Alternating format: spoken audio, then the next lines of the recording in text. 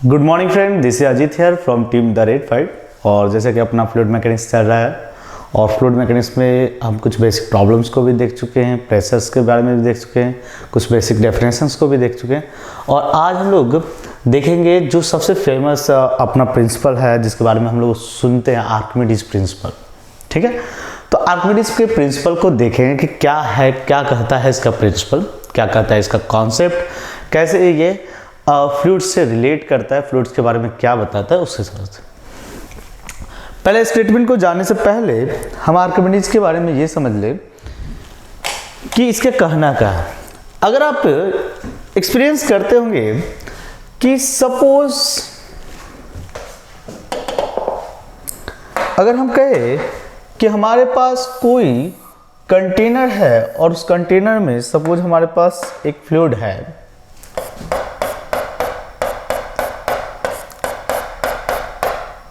Container में fluid पड़ा हुआ, ठीक है। और इस कंटेनर में अगर हम कहें कि हम किसी भी ऑब्जेक्ट को डालें तो क्या होगा, तो पूरी तरह से तो पहले करते क्या है, पूरी तरह से ऑब्जेक्ट को मत डालिए, हम ऑब्जेक्ट को करें कि ऑब्जेक्ट को इमर्ज करना शुरू किए, ठीक है। तो आप बोलोगे कि सर क्या होता है कि जब ऑब्जेक्ट को फ्लूइड पर डाला जाता है, सॉलिड ऑब्जेक्ट भी हो या फिर किसी भी तरह का, तो हमें एक्सपीरियंस होता है कि उसका वेट लॉस कर गया, मतलब कि लूज हो गया, या फिर बोल सके कि वेट घट गया है, हल्का सा महसूस होता है। एक हैवी ऑब्जेक्ट को भी जब फ्लूइड के सरफेस पर उतारा जाता है तो वो हल्का लगने लगता है। अब ये हल्का लगने का पीछे का कारण क्या है, क्या नहीं है, इसी का प्रिंसिपल, इसी का कॉन्सेप्ट को दिया है हमारे आर्किमिडीज ने। अब आर्किमिडीज क्या कहता है तो सुनो, कहता है कि आप जब किसी भी सॉलिड को, किसी बॉडीज को अगर आप फ्लूइड में डुबाते हो, ठीक है, तो सपोज अगर हम कहें तो यहां पर इस सॉलिड को फ्लूइड में डाला गया, तो आप कह सकते हो कि इसके डालने से पहले ये जो पार्ट है यह पहले फ्लूइड्स के द्वारा भरा हुआ था, ठीक है ना, जिसे आप कह सकते हो कि सॉलिड ने क्या किया कि वहां से उस फ्लूइड्स को हटा दिया, डिस्प्लेस कर दिया। अब कहता है कि डिस्प्लेस्ड फ्लूइड्स के बराबर, ठीक है, मतलब डिस्प्लेस्ड फ्लूइड्स के वेट के बराबर, मतलब डिस्प्लेस्ड फ्लूइड का वेट सपोज कितना होता है तो देख लेते हैं। जस्ट मान ले कि इसका वॉल्यूम V1 है जिसे डिस्प्लेस किया गया, let volume of displaced fluid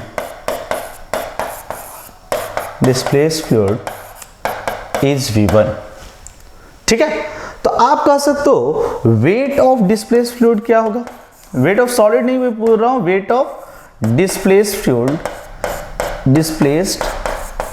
fluid आप कह सकते हो कि it will be rho g into volume, ठीक है, density into volume that will be mass, and mass into g, acceleration due to gravity, that will be weight। आपको ये क्या कह रहा है तो सुन लो, कह रहा है कि अगर आप किसी भी सॉलिड या किसी भी बॉडीज को फ्लूइड में डुबोगे तो जिस फ्लूइड के को डुबो रहे हो उसके द्वारा जितना भी फ्लूइड डिस्प्लेस हुआ वह अपने वेट के बराबर एक अपवर्ड थ्रस्ट देगा। अपवर्ड थ्रस्ट मतलब परपेंडिकुलर फोर्स, ठीक है, मतलब आप कह सकते हो कि इस ऑब्जेक्ट पर लिक्विड में जाने के बाद एक अपवर्ड थ्रस्ट होगा, ठीक है, जो वेट ऑफ डिस्प्लेस्ड फ्लूइड के बराबर होगा। और इसी कारण से जस्ट समझ लेते हैं कि अगर अपवर्ड थ्रस्ट नहीं होता तो यहां पर हम कहते कि यहां पर एक mg नीचे लग रहा है। जनरली हमारा लिक्विड फ्लूइड में जाने से पहले इस सॉलिड पर एक mg नीचे के टुवार्ड लग रहा था और इसीलिए इसका वेट हमें ज्यादा दिख रहा था। लेकिन अगर हम देखें कि यह अपवर्ड थ्रस्ट हो गया तो हमें अब नेट फोर्स जो होगा, net force will B mg minus एक थ्रस्ट फोर्स जिसे यहां पर उसने नाम दिया है बायोंसी। और इस बायोंसी फोर्स या अपवर्ड थ्रस्ट फोर्स के कारण ही हमें ऑब्जेक्ट जो है, जो लिक्विड में या फ्लूइड्स में डूबा हुआ होता है, इमर्ज होता है, वो हल्का लाइट लगने लगता है। तो कॉन्सेप्ट को समझ लीजिए या प्रिंसिपल के स्टेटमेंट को देखें तो कह रहा है कि according to this principle when a body is immersed wholly और पार्शली, ऑब्वियस है कि अगर ये कंप्लीटली इमर्ज हो या फिर पार्शली हो in a fluid, it loses its weight which is equal to the weight of fluid displaced by the bodies. जैसा कि अभी हमने बताया कि इसके आर्किमिडीज के अनुसार कितना उसके वेट में लॉस आएगा, तो आप बोल सकते हो कि सर वही लॉस आएगा जो डिस्प्लेस्ड फ्लूइड का वेट है, मतलब rho g into volume of displaced fluid. ठीक है, तो इतना जो है, मतलब कि आप बायोन्सी के बारे में या बायोन्सी टर्म्स 7, 8, 9 में एक बेसिक सुने होंगे कि जब किसी फ्लूइड में किसी ऑब्जेक्ट को डुबाया जाता है तो एक अपवर्ड फोर्स लगने लगता है, बट वो होता कितना है क्या नहीं है उसके बारे में ज़्यादा हम लोग डिटेल नहीं देखे थे। तो यहाँ पर हम देख लेते हैं कि कितना बायोन्सी होगा। तो पार्शली या होली जितना आप डुबोने के बाद फ्लूइड्स को डिस्प्लेस कर रहे हो, यहाँ याद रखिएगा हम वॉल्यूम ऑफ बॉडी नहीं ले रहे हैं, वॉल्यूम ऑफ डिस्प्लेस्ड फ्लूइड ले रहे हैं, मतलब कि जो भी अगर वाटर है तो वाटर या दूसरी लिक्विड है तो उसके डिस्प्लेस्ड फ्लूइड का जो वॉल्यूम होगा उससे ले रहे हैं, और उसी के वेट के द्वारा उसका वेट कैसे निकालेंगे, रो वी, जिससे हमें मास मिल गया। ठीक है, जैसे कि हम लोग जानते हैं रो जो कि डेंसिटी था तो वो होता है मास बाय वॉल्यूम। ठीक है, और हम यहां से मास कैलकुलेट कर लेंगे तो मास हो जाएगा रो डेंसिटी इंटू वॉल्यूम। ठीक है, और मास निकल जाने के बाद हम वेट निकालना चाहते हैं तो weight will be mass into acceleration due to gravity, और इसी को हम बोल रहे हैं रो v1 इंटू जी। ठीक है, और यह होगा वह बायोन्सी फोर्स जो एक्ट करेगा as a thrust upward direction. ठीक है, और इसी थ्रस्ट के एक्ट करने के कारण कोई भी बॉडी जो लिक्विड में जाते ही अपने आप को, या हम लोग अपेरेंटली करते हैं उसका वेट लूज कर गया, लॉस कर गया। ठीक है, तो हमें लगता है कि ये पॉइंट का प्रिंसिपल समझ में आ रहा होगा, नोट कर ले।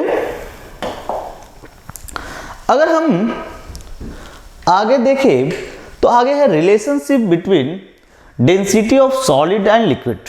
Density of solid and liquid के बीच में रिलेशनशिप को देख रहे हैं। सपोज अभी जो एक डायग्राम बना रहे थे उस डायग्राम को ही फिर से ले लेते हैं। उस डायग्राम को हम ले रहे हैं।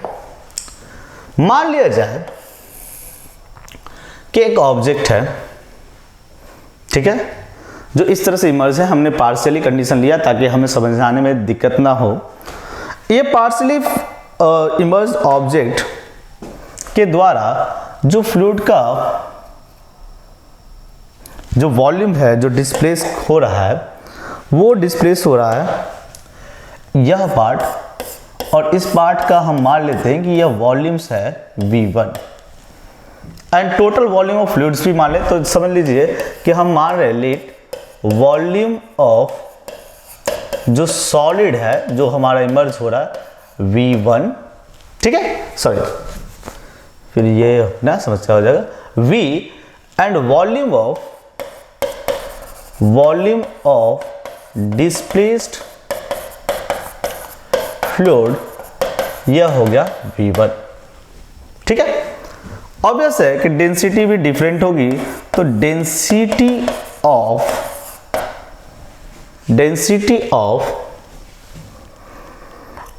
डिस्प्लेस्ड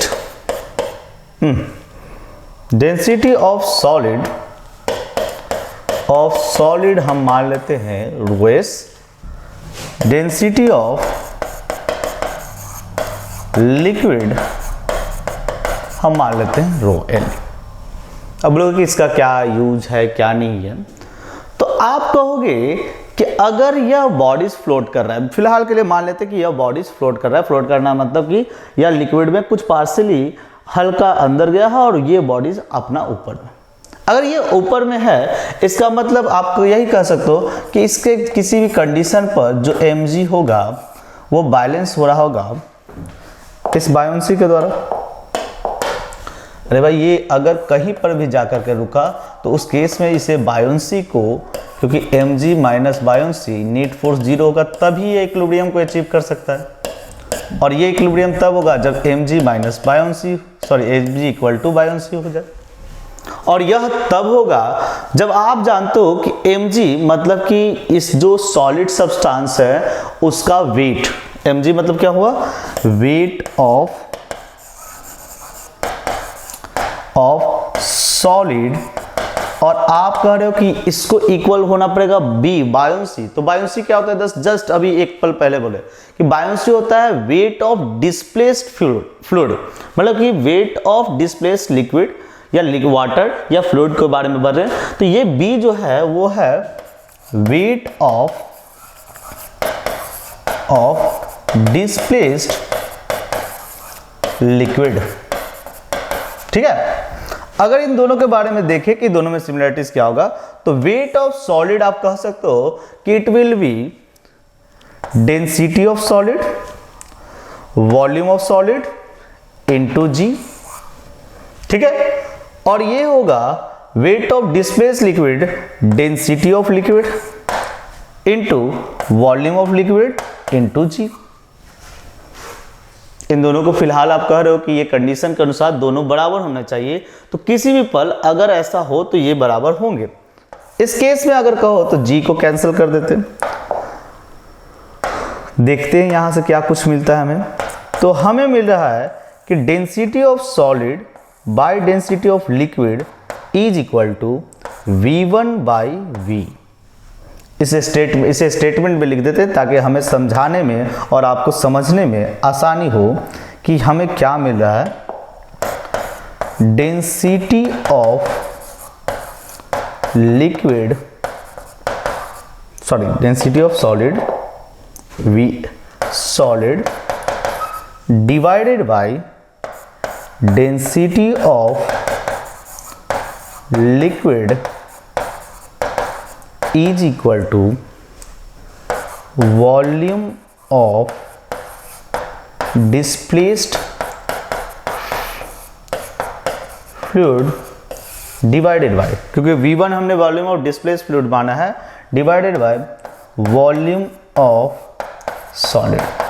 अब एक बात बताओ दोस्त, अगर हम कहें आपसे, जस्ट इस डायग्राम्स को हटा नहीं दे, बस आपके सामने करें, अगर हम कहें कि हमारे इस स्टेटमेंट के बाद जहां पर हम इस रिजल्ट पर पहुंचे हैं, अगर सॉलिड की डेंसिटी ज्यादा है लिक्विड से, देख लेना कंडीशन को हम डिस्कस कर रहे हैं। पहली कंडीशन कि अगर सॉलिड की डेंसिटी लिक्विड से ज्यादा है, तो लिक्विड से ज्यादा है का मतलब क्या होगा, तो आप कह सकते हो कि सॉलिड ज्यादा है मतलब कि ρS बाय ρL जो होगा वो ग्रेटर देन 1 होगा। ठीक है, solid by liquid greater than 1, तो आप कह सकते हो कि V1 बाई V भी ग्रेटर देन 1 होने वाला। इसका मतलब V1 जो है वो ग्रेटर देन V। ये स्टेटमेंट का मतलब क्या हो रहा है कि डिस्प्लेस वाटर का वॉल्यूम सॉलिड के वॉल्यूम से ज्यादा आ रहा है। अरे भाई ऐसा हो ही नहीं सकता कि ऑब्जेक्ट जितना बड़ा है उससे ज्यादा वो वाटर को डिस्प्लेस करे, यह कंडीशन पॉसिबल नहीं है। क्या पॉसिबल है, तो यह केवल और केवल उसके बराबर का वाटर डिस्प्लेस कर सकता है, क्योंकि जितना ऑब्जेक्ट होगा तो वो केवल उतना ही बराबर का ऑब्जेक्ट डिस्प्लेस कर सकता है। बट इस फिजिकल इसका मीनिंग क्या है कि अगर सॉलिड का डेंसिटी ज्यादा आया तो हमारा ये स्टेटमेंट आ रहा है कि डिस्प्लेस वाटर की वॉल्यूम ज्यादा आ रही है सॉलिड के वॉल्यूम से। तो देखो इस कंडीशन का मतलब क्या हो, इस कंडीशन का मतलब है कि अगर सॉलिड की डेंसिटी ज्यादा है, जो वॉल्यूम बता रहा है डिस्प्लेस वाटर का ज्यादा होगा सॉलिड के वाटर का, मतलब कि यह सॉलिड कभी भी फ्लोट नहीं करेगा और यह सॉलिड डूब जाएगा। और इसीलिए हम ऐसे कंडीशन पर पहुंच गए जहां पर हम ये लग रहा है कि हमारे डिस्प्लेस वाटर की वॉल्यूम ज्यादा, जो कि एक्चुअली जैसे इक्वल टू 1 होगा वैसे ही वो बॉडीज डूबना शुरू कर देगी। ठीक है, आर्किमिडीज ने इस बात को बताया। ठीक है, कि कौन सा ऑब्जेक्ट फ्लोट करेगा कौन सा ऑब्जेक्ट नहीं फ्लोट करेगा। तो इसके लिए पहला रिजल्ट मिला कि if density of solid is greater than density of liquid, in that case body will not float, वो नहीं तैर पाएगा दोस्त और बॉडी हमारा डूबने वाला। ठीक है, केस 1 हमें लगता है कि आपको थोड़ा थोड़ा समझ में आएगा। अगर हम केस 2 की बात करें, जस्ट स्क्रीनशॉट ले ले, क्योंकि नोट्स बनाने में अगर आपको दिक्कत होगी तो दिक्कत हो जाएगा, और इरेज करेंगे हम कुछ पार्ट को। स्क्रीनशॉट ले चुका आपने। ठीक है, अगर हम कहें कि हमारे पास यहां पर दूसरे केस 2 को कंसीडर कर रहे हैं, तो केस 2 में देखिए क्या है, केस 2 कि अगर density of solid is less than density of liquid, density of solid is less than density of liquid, तो आप कहोगे कि density of solid by density of liquid, denominator बड़ा है तो विल बी लेस देन 1, और ऐसा कुछ है तो राइट हैंड साइड जो v1 by v2 v1 by v है वह भी लेस देन 1। इसका मतलब v1 लेस देन v। क्या हो रहा है दोस्त रिजल्ट कि डिस्प्लेस्ड फ्लूइड की जो वॉल्यूम है वो लेस है वॉल्यूम ऑफ सॉलिड का, मतलब कि यहां पर जो सॉलिड है सॉलिड के वॉल्यूम से लेस है डिस्प्लेस्ड वाटर के वॉल्यूम। इसका मतलब क्या हुआ कि यहाँ हमारा जो ऑब्जेक्ट है, जो बॉडीज है, वो फ्लूइड में फ्लोट करेगा, तैरते रहेगा, वो नहीं डूबेगा। इसलिए नहीं डूबेगा क्योंकि उसकी डेंसिटी रेशियो के हिसाब से कभी भी डिस्प्लेस वाटर की वॉल्यूम उसके वॉल्यूम के बराबर या उससे ग्रेटर नहीं हो रही है और वो तैरता चला गया। मतलब आप एक सिंपल सोचो, आर्किमिडीज के कॉन्सेप्ट ने वेट की बात किया है, लेकिन यहाँ पर घूम फिर करके सारा स्टेटमेंट ऐसा आ रहा है कि स्टेटमेंट ये है कि यहाँ पर अल्टीमेट जो टास्क है, जो एप्लीकेशन है, वो डेंसिटी का खेल है। मतलब अगर आपकी डेंसिटी जिस फ्लूइड में आप बॉडीज को उतारने जा रहे हो अगर उससे कम है तो आप फ्लोट करोगे, डेंसिटी उससे ज़्यादा है तो आप डूब जाओगे। जो बड़े बड़े शिप होते हैं या कुछ भी होते हैं तो जो कांटेक्ट पार्ट होता है, जो वाटर के कांटेक्ट में या लिक्विड के कांटेक्ट में आते हैं, उसकी डेंसिटी को लिक्विड से कम रखा जाता है। इसलिए वो हैवी वेट होने के बावजूद भी वो पूरी तरह से डूबेगा नहीं, डूबेगा ही नहीं, वो पूरी तरह से क्या बात है, वो डूबेगा नहीं, ठीक है। लेकिन आप देखते होंगे कि कुछ ईंट, पत्थर, कंक्रीट वगैरह या लोहे का, मेटल के पीस हैं, वो वाटर में डूब जाते हैं क्योंकि उसकी डेंसिटी वाटर से या लिक्विड से ज्यादा है, ठीक है। तो आर्किमिडीज के कॉन्सेप्ट से हमें यह पता चला कि कब ऑब्जेक्ट फ्लोट करेगा और कब ऑब्जेक्ट डूब जाएगा। हम इस स्टेटमेंट को आपके लिए लिख देते हैं कि स्टेटमेंट ऐसा है कि if density of solid greater than density of liquid not float, डूब जाएगा दोस्त। और दूसरी बात हमने कहा कि if density of solid less than density of liquid will float, ठीक है। ये अपना क्लियर हो गया कि अगर हम किसी भी सब्सटेंस को लेकर के, इसीलिए आप देखते होंगे कि वुडन पीस जो है, बड़ा सा वुडन पीस वगैरह, वो पानी में आराम से फ्लोट करता हुआ चला जाता है, बट कंक्रीट हो, मेटालिक पीस हो, वो तुरंत ही डूब जाता है। कारण है डेंसिटी। डेंसिटी जिसकी अगर ज्यादा निकला वो डूब जाएगा, डेंसिटी फ्लूइड की जिसकी कम निकले वो फ्लोट करता हुआ आगे चला जाएगा, ठीक है। हमें लगता है कि यहां तक कोई कंफ्यूजन नहीं होना चाहिए। इनकेस कोई कंफ्यूजन हो आप कमेंट सेक्शन में मेंशन करें, हमारे पास उतना जरूर समय होगा जिसको डिस्कस करें अगले वीडियोस में, ठीक है। आगे देखते हैं। Yes, relationship between density of solid liquids में देखें तो कह रहा है कि its weight mg which acts downward. तो ये तो बात ठीक है कि किसी सॉलिड के लिए mg जो है उसका डाउनवर्ड एक्ट करेगा। Net upward thrust on body और बायोंट फोर्स, ठीक है। तो नेट अपवर्ड जो थ्रस्ट होगा ऑन बॉडी वो होगा बायोंट फोर्स, मतलब कि बायोंसी फोर्स, जो कि हम आपको बता चुके हैं कि buoyancy force will be the weight of displaced fluid. Displaced fluid का वेट हो जाता है rho g into volume of displaced fluid, ठीक है। तो ये बातें ऑलरेडी डिस्कस है। ऐसे भी हम लोग तेज हैं तो हमें तो ये सब चीज आता ही होगा और ये समझ भी गए कि क्या है। यस, आर्किमिडीज प्रिंसिपल की कुछ इंपॉर्टेंट पॉइंट है। The point through which the upward thrust और the buoyancy force acts when the body is immerse in liquid is called centre of buoyancy. तो इसको देख लेते हैं, सेंटर ऑफ बायोंसी क्या बोल रहा है। तो सेंटर ऑफ बायोंसी कह रहा है कि अगर ये जिस पॉइंट से बायोंसी फोर्स क्रॉस करेगा, ठीक है, तो बायोंसी फोर्स जिस पर क्रॉस करेगा उस लिक्विड को, सेंटर को कहा जाएगा सेंटर ऑफ बायोंसी, ठीक है ना। Point through which the upward thrust on the buoyancy force acts, ठीक है, जिस पॉइंट से यह एक्ट कर रहा है उसे बोला जा रहा है सेंटर ऑफ बायोंसी। और सेंटर ऑफ बायोंसी के लिए नेक्स्ट पॉइंट बोल रहा है कि अगर centre of buoyancy coincide with the centre of gravity of solid body, मतलब अगर वो कॉन्साइड कर रहा है सॉलिड बॉडी के सेंटर ऑफ ग्रेविटी से, जहां पर उसका सेंट्रॉइड है, सेंटर ऑफ ग्रेविटी जहां पर टोटल मास कंसंट्रेटेड माने, तो उस केस में कह सकते हो सॉलिड होमोजीनियस है। सॉलिड क्या है? होमोजीनियस। और अगर ये कॉन्साइड ना करे तो ये हो गया कि सॉलिड हेट्रोजीनियस है। अब बोलोगे सर ये क्या वर्ड यूज कर रहे हो, होमोजीनियस एंड हेट्रोजीनियस। तो होमोजीनियस के बारे में समझिए। होमोजीनियस मतलब पार्टिकल्स आर यूनिफॉर्मली डिस्ट्रीब्यूटेड, ठीक है ना, मतलब कि वहां पर जो सॉलिड आप ले हो उसमें उसके जो पार्टिकल्स हैं यूनिफॉर्मली डिस्ट्रीब्यूटेड है, मतलब हर जगह सब जगह एक बराबर है, इसलिए उसकी जो सेंटर ऑफ ग्रेविटी है और सेंटर ऑफ बायोंसी है वो एक लाइन में आ रहा है। अगर वो नहीं हुआ तो वो है हेट्रोजीनियस। और हेट्रोजीनियस का मतलब हुआ, हेट्रोजीनियस का मतलब है कि वहां पर जो डिस्ट्रीब्यूशन ऑफ पार्टिकल्स है वो इवनली नहीं है, वो रैंडम डिस्ट्रीब्यूटेड है, या फिर बोल सकते हैं कि नॉट यूनिफॉर्म डिस्ट्रीब्यूटेड है, तो उसको बोला जाता है हेट्रोजीनियस सॉलिड। अब लोग इस कॉन्सेप्ट का क्या मतलब है, तो इस कॉन्सेप्ट का क्या मतलब है तो थोड़ा सा हम इसको दिखा लेते हैं। हम इसे दिखा रहे हैं अपने डायग्राम्स के थ्रू कि क्या होगा। जस्ट कंसीडर करते हैं एक सिचुएशन कि अगर हमारे पास यह बॉडी है होमोजीनियस, अगर होमोजीनियस है तो इस होमोजीनियस बॉडीज के सेंटर ऑफ ग्रेविटी से नीचे mg लग रहा होगा, ठीक है। और इसी होमोजेनियस बॉडीज की आप कहोगे कि इसी लाइन पर एक्ट कर रहा है बायोंसी भी।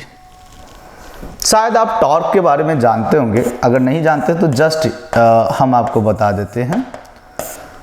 जिस तरह से फोर्स का जो वर्क है ट्रांसलेशनल मोशन में या रेक्टिलिनियर मोशन में, कि वो एक्सेलरेशन देता है, लीनियर एक्सेलरेशन देता है, ठीक है। 1D 2D में हम उसके कंपोनेंट्स को सॉल्व करते हैं और उस हिसाब से रिजल्ट तक पहुंचते हैं। उसी तरह से रोटेशनल डायनेमिक्स में टॉर्क है जो एंगुलर एक्सेलरेशन देता है। और किसी भी समय पर टॉर्क के बारे में बेसिकली समझे तो टॉर्क क्या है कि सपोज ये मेरा पॉइंट है O और हम इस ऑब्जेक्ट के सपोज सेंटर के किसी पोजीशन पर F फोर्स लगा रहे हैं, तो टॉर्क कहता है जो टाउ होगा वो होगा F क्रॉस R। अब इसका मतलब समझो कि यह F क्रॉस R का मतलब क्या, ठीक है। अब F क्रॉस R का मतलब हुआ कि आप कहोगे कि इस पॉइंट से इसकी पोजीशन वेक्टर हुई R, ठीक है। और अगर हम F क्रॉस R के बारे में बात करें तो यह फोर्स अगर अपवर्ड लगा, सपोज ये अपवर्ड लगा, तो पहला फोर्स है F, तो F की तरफ अपनी फिंगर्स को रख रहे हैं। और अगर हम कहें कि फिंगर्स को रखने के बाद राइट हैंड रूल्स के अनुसार हम यूज कर रहे हैं इसके डायरेक्शन को, तो F की तरफ फिंगर्स को आपने वैसे ही प्लेस किया और आपका R वेक्टर्स इस साइड है, ठीक है। तो आप कहोगे कि कर्ल कर रहे हैं अपनी उंगलियों को, अंगूठा हमारा जो थंब है वो हमें देगा डायरेक्शन ऑफ टॉर्क, और डायरेक्शन ऑफ टॉर्क दे रहा है कि वो अंदर की तरफ, मतलब कि डायरेक्शन हमारा फिलहाल इनवर्ड, ठीक है। अब इसके डायरेक्शन वाले रोटेशनल मैकेनिज्म को बाद में डिस्कस करेंगे। बस ये बोल सकते कि अगर आप कभी भी ऐसा कुछ करेंगे तो आपको इसके कंपोनेंट से टॉर्क मिलेगा जो इसे चाहेगा कि रोटेट करे, ठीक है। अब इस बात को थोड़ा सा समझना, मैं अभी वेक्टर फॉर्म में नहीं जा रहा हूँ, स्केलर फॉर्म में जा रहा हूँ। मतलब हमारा टाउ जो होगा वो होगा वर्टिकल फोर्स, वर्टिकल कंपोनेंट ही ले रहे हैं क्योंकि वर्टिकल फॉर FR जस्ट फिलहाल के लिए। अब कहता है कि जैसे अगर आप एक्सपीरियंस किए होंगे कि कभी कभी घर में, ये सबसे छोटा एग्जाम्पल है कि घर में आपका डोर जो होगा, अगर यहाँ पर डोर के इस पॉइंट पर हिंज होते हैं एक साइड में जहां से वो फिक्स होता है वॉल के साथ, और आप देखना कि उसके नजदीक से कभी बंद करते हो तो ज्यादा ताकत लगानी पड़ती है, दूर से बंद करते हो तो कम ताकत लगाते हो। क्यों? तो यही फैक्टर है टॉर्क का, क्योंकि आपको रोटेट करने के लिए टॉर्क चाहिए होता है। आप अगर नजदीक से फोर्स लगाते हो तो ये R की वैल्यूज स्मॉल रहती है, जिसके कारण आपको F की वैल्यूज को बहुत ज्यादा बढ़ाना पड़ता है। लेकिन उसी समय अगर आप डिस्टेंस को यहाँ से वर्टिकल डिस्टेंस ही बढ़ा देते हो तो आपको फोर्स कम लगाना पड़ता है, क्योंकि रोटेशन फोर्स से नहीं होता है, टॉर्क से होता है। ठीक है। सिमिलरली आपने देखा होगा कि कभी कभी कोई ऐसी कोई वुडन पीस हो या कुछ भी मेटल पीस हो या फिर कोई आपके पास स्टिक हो, आप करना क्या कि उसके एक पॉइंट को फिक्स करके यहां से तोड़ने की कोशिश करना, दबाने की कोशिश करना, शायद वो बेंड ना हो, बट उसकी डिस्टेंस बढ़ा करके इस साइड से करो तो ये बेंड कर जाएगी। कारण क्योंकि फोर्स आपका तो सेम लग रहा है, लेकिन वो जैसे ही अपने पॉइंट या ऑरिजिन या फिक्स पॉइंट से जैसे ही डिस्टेंस बढ़ जाता है तो उसका टॉर्क बढ़ जाता है, क्योंकि टॉर्क होता है F × R। अब उसके कारण वो क्या करता है, रोटेट करना शुरू करता है। आप बोलोगे कि सर ये सब क्यों पढ़ा रहे हो आप तो फ्लूइड मैकेनिक्स बोल रहे थे, ठीक है। तो अब थोड़ा सा सोचते कि ये इनकी जरूरत क्या अपनी। स्क्रीनशॉट ले लीजिएगा, एक छोटे से बॉक्स के अंदर इन कॉन्सेप्ट को लिख लीजिएगा, क्योंकि इसकी जरूरत पड़ी थोड़ी सी, तो हम यहां पर लेकर के थोड़ा सा छोटे से बॉक्स में लेकर के अब हम इसको इरेज करें। अब आते हैं यहां पर, मतलब अगर हम कहें कि हमारा ये बॉडी होमोजीनियस है, तो होमोजीनियस है मतलब mg यहीं पर है और इसी लाइन में हमारा बायोंसी भी है। क्या टॉर्क होगा क्या? तो आप बोलोगे कि नहीं सर, क्यों भाई? क्योंकि सेंटर ऑफ ग्रेविटी से लेना था और r की वैल्यूज हो गया 0। टॉर्क नहीं होने का मतलब यह ऑब्जेक्ट किसी भी कंडीशन में रोटेट नहीं करेगा, मतलब अगर डूबेगा भी तो सीधे डूबेगा, अगर वो अपना फ्लोट भी करेगा तो सीधे करेगा, कोई दिक्कत नहीं।